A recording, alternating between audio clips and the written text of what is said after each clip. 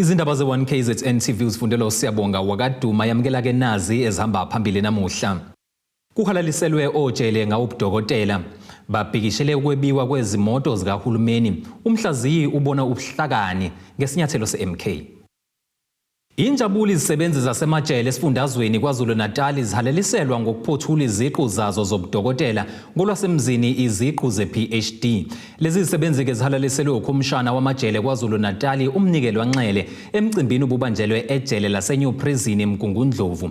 Izikhulumi ke zikhuthaze abanye ojele ukuba bakhuthale bafunde yize beqashiwe besebenza, kepha ke mabasebenzisa amathuba ahlinzekwa umnyango ukubathuthukisa ke ngakwezemfundo.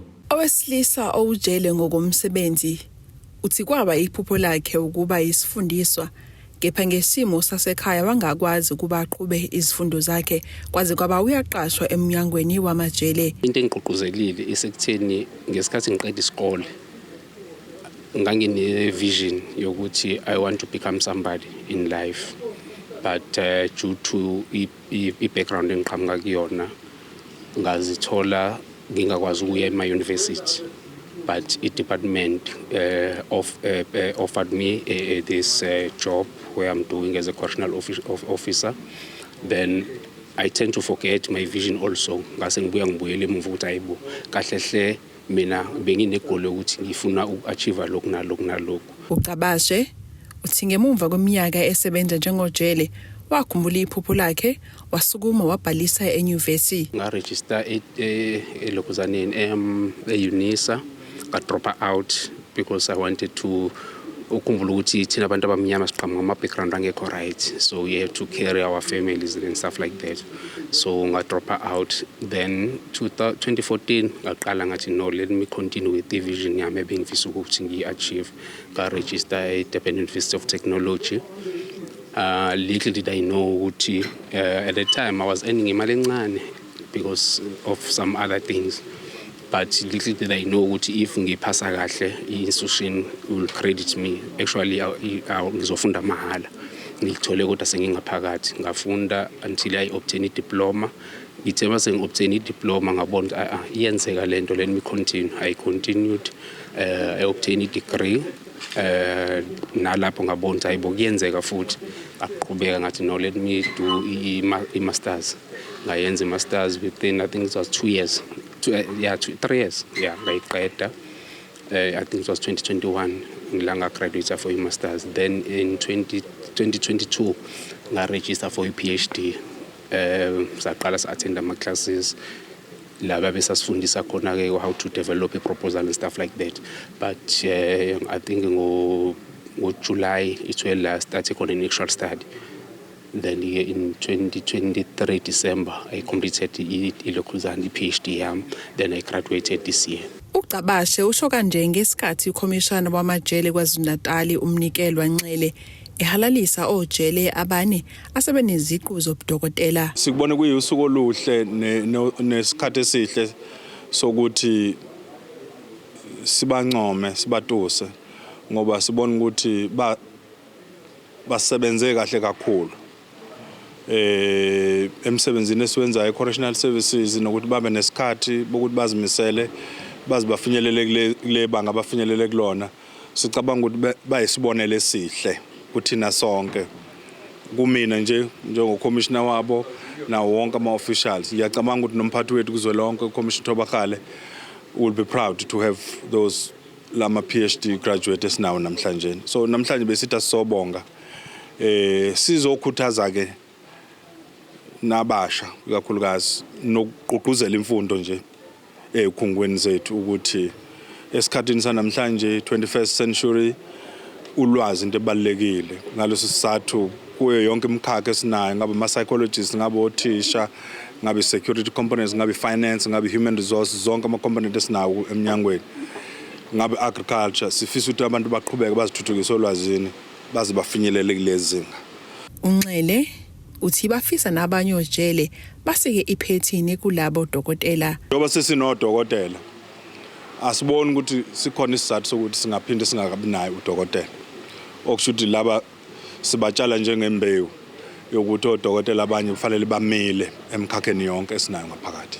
Omunye udokotela uthi kuyaqoqozela ukubongwa umnyango abawusebenzelayo. Ngizizwa ngi-encouraged kakhulu, ngiqoqozeleke kakhulu ngoba bekungelula ukufunda nesikhathi umuntu akufanele asebenzise phezu kwawo wonke amanye ama-commitments bekungelula, kodwa namhlanje ukuthi si-honorishwe ngalolu hlobo esi-honorishwe ngayo i-region kusho okukhulu kakhulu kimi. Ezindabeni ze-1KZN TV ngu-Ayanda Dube kuseMgungundlovu. Abenyunyana yezisebenzi zikahulumeni i-Public Servants Association esifundazweni KwaZulu-Natal babhikishe ngaphandle kwesibhedlela iPrince Mshiyeni Memorial Hospital eMlaza bekhala ke ngokudunwa kwezimoto zomnyango wezempilo ezingomahamba nendlwane. Ekhuluma neziko lezindaba imeneja yalenhlangano uMlungisi Ndlovu uveza ukuthi bakhathazekile ngokuphepha kwabasebenzi abangamalunga abo. Izigameko zokudunwa kwezimoto zomnyango wezempilo esifundazweni ezimtholampilo engomahamba nendlwane sekholele ekutheni kumiswe ukusebenza kwazo esibhedlela iPrince Mshiyeni eMlazini. Lokho kuvezwe abenyunyana iPublic Servants Association ngesikhathi ibamba umbhikisho ngaphandle kwalesibhedlela. Ukhayijeko wama-mobile clinic nama-state vehicle la kwi-province kuyasikhathaza kakhulu ngoba kusukela ngomhla ka-13 ama-mobile clinic awakwazi ukuhamba. Siyakholelwa ukuthi umnyango kufuneka kube nezinto zokwazi ukuthi uzenze ngoba sazi ukuthi uhulumeni uyedwa. Yingakho sinxusa ungqongqoshe usanda kubuyela esikhundleni ukuthi akayibheke indaba yaseMshiyeni. Akusiyona nakuphela ngoba kunonesi abasebenza ICU abaqhashwazayo mihla namalanga abaphethwe kwabi omunye wama-metron ukushoda kwestaff. Mawungayibheka nje iPrince Mshiyeni isibhedlela esinganakiwe ngendlela exa kusathana.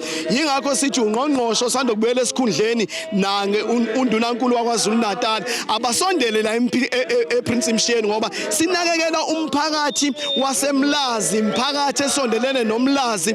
Yingakho sithi ubashothe ubangabikho kwestaff kuyasikhathaza iSUPSA. Ngokusho kwalaba isigameko sakamuva esangomhlazi li-13 kwephezulu lapho ke abasebenzi abebephume ngenye yalezi imoto eziyake emphakathini ukusondezela usizo kubantu olufanake nemithi, amaphilisi nokuxilongwa nokunye badunwa yizigebengu kulo ke leli lokishi. Umphakathi uaffecta kakhulu ngoba umphakathi udependele kulabo nurse abahamba ngama-mobile clinic banika abantu imishanguze yo-HIV, imishanguzo yo-TB nama-chronic ahlukahlukene. Uzokhumbula ukuthi iKwaZulu-Natal yenye province la ububha budla ngamandla abantu bengasebenzi. Ukuze ukuzolanda imithi la eMshiyeni kufuneka kube nemali. Imali uma ungenawo nenkinga. Abanye badla treatment ye-TB uma bedefault bazoba nenkinga. Yingakho sithi i-crisis SUPSA sizelana sithi ngeke sivumele ngoba abasebenzi bethu bahleli abakwazi ukusebenza.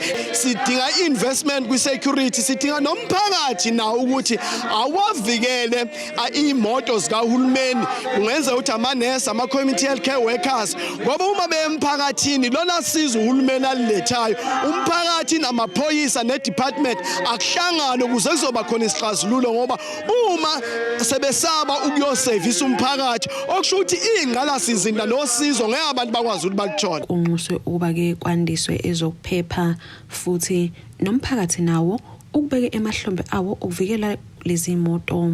Sidinga investment kwi-security, sidinga nomphakathi nawo ukuthi awavikele imoto zikahulumeni. Kungenza ukuthi amanesi, ama-community health care workers ngoba uma bemphakathini lona sizo uhulumeni alilethayo umphakathi namaphoyisa ne-department akuhlangane ukuze kuzoba khona isixazululo ngoba uma sebesaba ukuyosevisa umphakathi okusho ukuthi ingqalasizinda losizo ngeke abantu bakwazi ukuthi baluthole. Imizamo yokuthola umnyango wezempilo esifundazweni yephunzile. Eyindabeni ze-1KZN TV kubikunto umkhona Mvubu eThekwini. Umhlazi wezepolitiki ozimele uDokotela uZakhele Shamase uthi ke ukukhethwa kwejaji uJohn Hlophe ekubeni usotswebhu we-MK Party lokho kusho ukuthi kuzobuyisa isithunzi kuleli qembu kuphinde kusize kakhulu ekutheni anqande iqembu likaKhongolose ukuba lingazenzeli noma ngabe yini ngoba kuyawazi umthetho. Amalungu eqembu MK Party angama-58 kulindele ukuthi afungiswe eParliamente kulandela isinqumo saleli qembu sokungayi ePhalamende ngenkathi kuhlala okokuqala. Okuqaphelekile ukuthi leli qembu lizoholwa yilo kwakuba umengameli wamajaji aseKapa uJaji uJohn Hlophe nobe ijaji lokuqala lemnyama uxoshwa yiPhalamende. UDokotela uZakhele Shamase uthi lokhu kuchaza ukuthi uHlophe uzoba yithemba lokulwela inkululeko nobulungiswa kubantu bakuleli. Siyathemba ukuthi mangabe uJaji John Hlophe eya laphana ePhalamende akazi ukuya ngolaka nanokuthi nentukuthelo yokuthi ufuna ukuyiphindiselela kwababe kwemgwebile ukuthi asulwe emajajini. Uya laphana uyolwa impi ayolwa ukulwa okuhle ayolwa ukulwa nobulungiswa elwele i-total liberation yabantu abamnyama njengoba iMK Party isho njalo. Ithimele total liberation yabantu abamnyama nokubuyisa kwezwe. Siyathemba ke lapha ukuthi hayi kuyoshuba asazi ke ungena kwakhe ukuthi lo mshado uyohamba uphelephi ngoba usuqala ukuba nezimfa. uShamase uthi MK izoba yizwi labantu kanti uthi leli qembu libonakala lihlabane nofisho omkhulu njengoba uqonda kahle umthetho nokuzokwenza ukuthi iqembu elibusayo likaKhongolose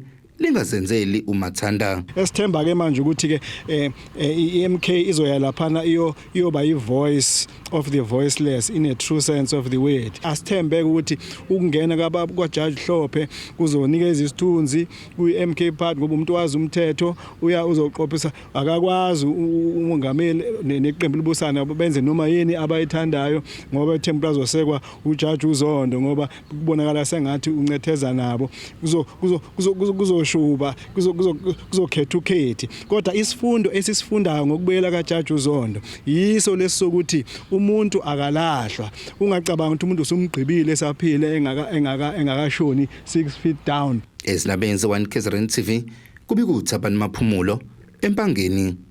Ake sihlabena nali ikhefu sihlangabeze masibuya itolo.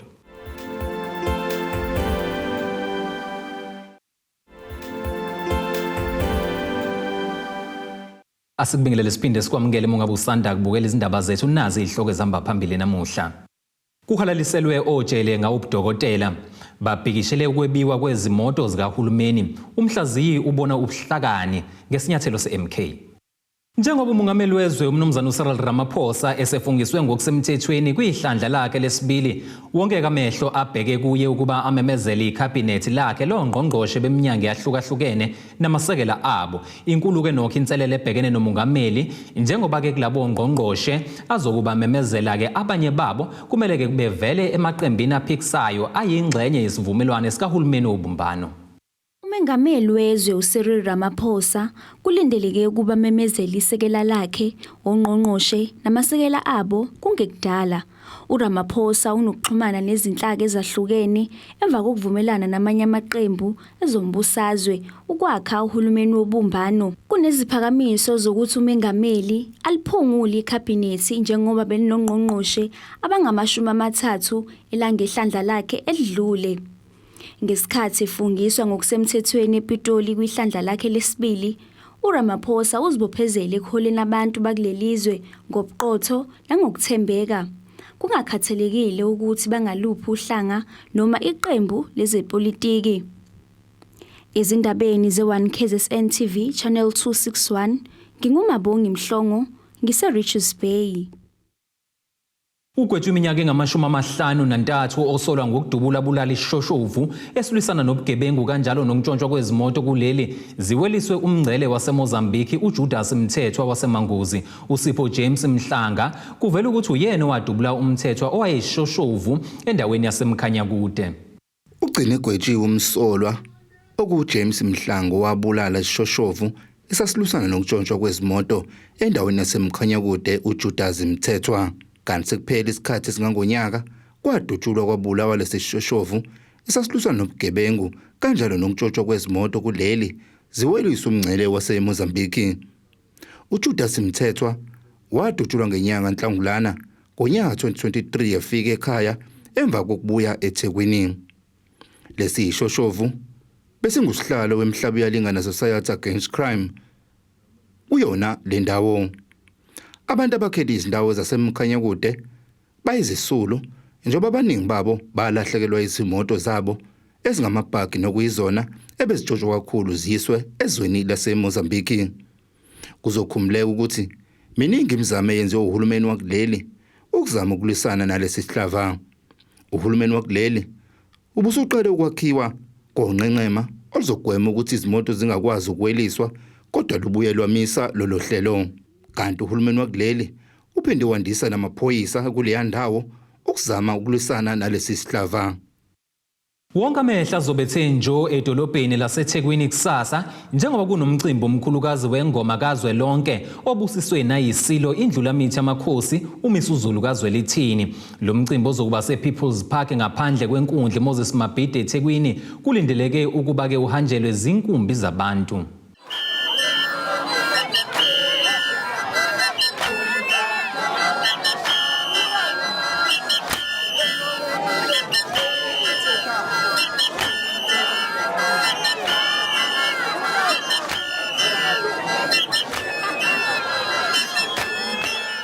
Zizokube isiphuka kanjena idindi futhi kulindele ukuthi ke babe ngangozulu emakheni abantu abazokube behambela ingoma kazwelonke yakulonyaka ezokube sePeople's Park eThekwini kwaZulu Natal.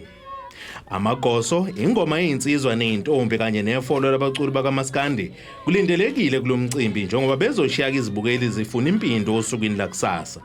Okuqaphekelayo ngalomcimbi ukuthi ubonakala kukhula minyaka yonke. Kwenzeka lemcimbi nje ngempela sonto edlula abahleli bawo bothe isilo esigodlweni kwakhangela amankengana kaNongoma lapho bebike khona ngalomcimbi kwisilo maqede sawubusisa. Ingoma ke ngizokhumbula ukuthi into endala eyimvelaphi yethu njengesizwe usiko lwethu esilithanda kakhulu. Nami ngiyayithanda ingoma. Lolu hlelo ke enginibiza kulona nina besilo sizwe sikaMageba ukuba nize ngobuningi benu niyintsha. Ngoba noMaskandi uzobe khona naye ezosina ezodlalisa naye ezobungaza ezonandisa kanye nathi uzobe kumnandi kakhulu. Ngiyafisa sizwe sikaMageba intsha yakithi insizwa zintombi sihlangane nje kumnandi. Ungasho ukuthi sihlangana ngomhlanga kuphela, ake sihlangane nje nangengoma kumnandi kusinwe kube nje ngiyacela ngiyabungaza ngiyaqhuquzela ukuba support umculo wakithi ngoba phela uma ungasasupportwa yithina sithi awusupport ubani. Senzela ukuthi nathi umculo wethu wakwaZulu wesintu ungapheli ngathi ungagcini kulesizukulwane nesizukulwane izizukulwane eziyosilandela nazo zibambelele ebhantshini lethu ukuthi kwakukhona umculo nje uqhubeka ungafi ngathi. Asiwuthande suhloniphe lo msebenzi size kuwo ngiyathokoza kakhulu. Ezindabeni ze1 KZN TV kubi kuphilano kaCebekhulu eRichards Bay.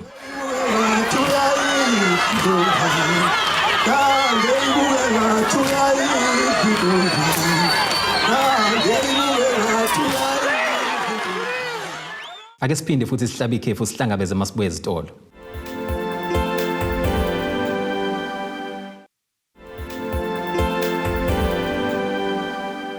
Asibingelele siphinde sikwamukele futhi mungabe usanda kubukela izindaba zethu nazi izihloko ezihamba phambili.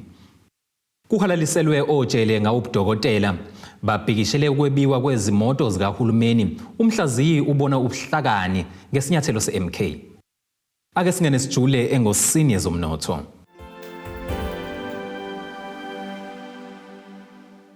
Irandi lakuleli liwu 17 rand 99 cent maliqhathaniswa nedola laseMelika libe u19 rand 21 cent maliqhathaniswa neeuro laseEurope liphinde libe u22 rand 75 cent maliqhathaniswa nopondo waseBrithani. Igolide ke lona lingu $2,364 2 cents i-ounce kuthi uwelo ngahluziwe ube u$85.71 umphongolo. Ake sikubhekele ngosini yezemidlalo. Umqeqeshi weBafana Bafana kwiCOSAFA Cup uHelman Mkhelele usesimemezela isquad azogadla ngaso kulomqhudelwane egqibeha ngesonto elizayo. iBafana Bafana ikeliswe kuGroup A neMalawi, iEswatini kanjalo neMadagascar. Izovula ke neMozambique eNelson Mandela Bay Stadium ngolwesithathu ngo6 ntambama. Limi kanjena ke iqembu selilonke. Umondli Mtapo, uOlwethu Mzimela, uSamkelo Xulu, uThaba Mothuludi, uKinyo Cupido, uThabo Molosiane, uRoshwin Dottle, uAthenkosi Mcaba, uMalebo Khomodise, uSejo Gamiz, uBrooklyn Pochempul, uAnton van Wyk, uJordan Rons, uAnthem Brooks, uLiam Bin, uDavin Taters, uMfundo Thikazi, uAsanele Velebai, uThabang Moremi, uAshley Cupido, uThabang Sibanyoni, uSinoxolo Koyiba, noYamkela Amathuma. Ake sibhekele nje isimo sezulu ongasilindele.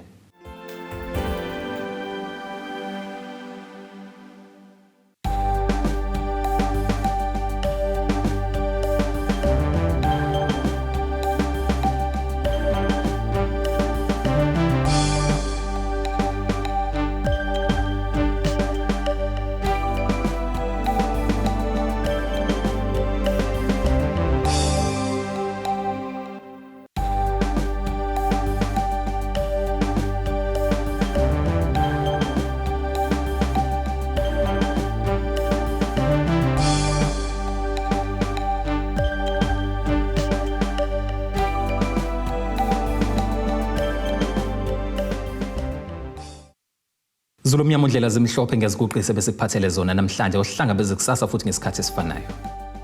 Abethuli bethu bezindaba baxhaswe iThuli's Bayview Bridal. Ungabashayela kulezi zinombolo ezivelile.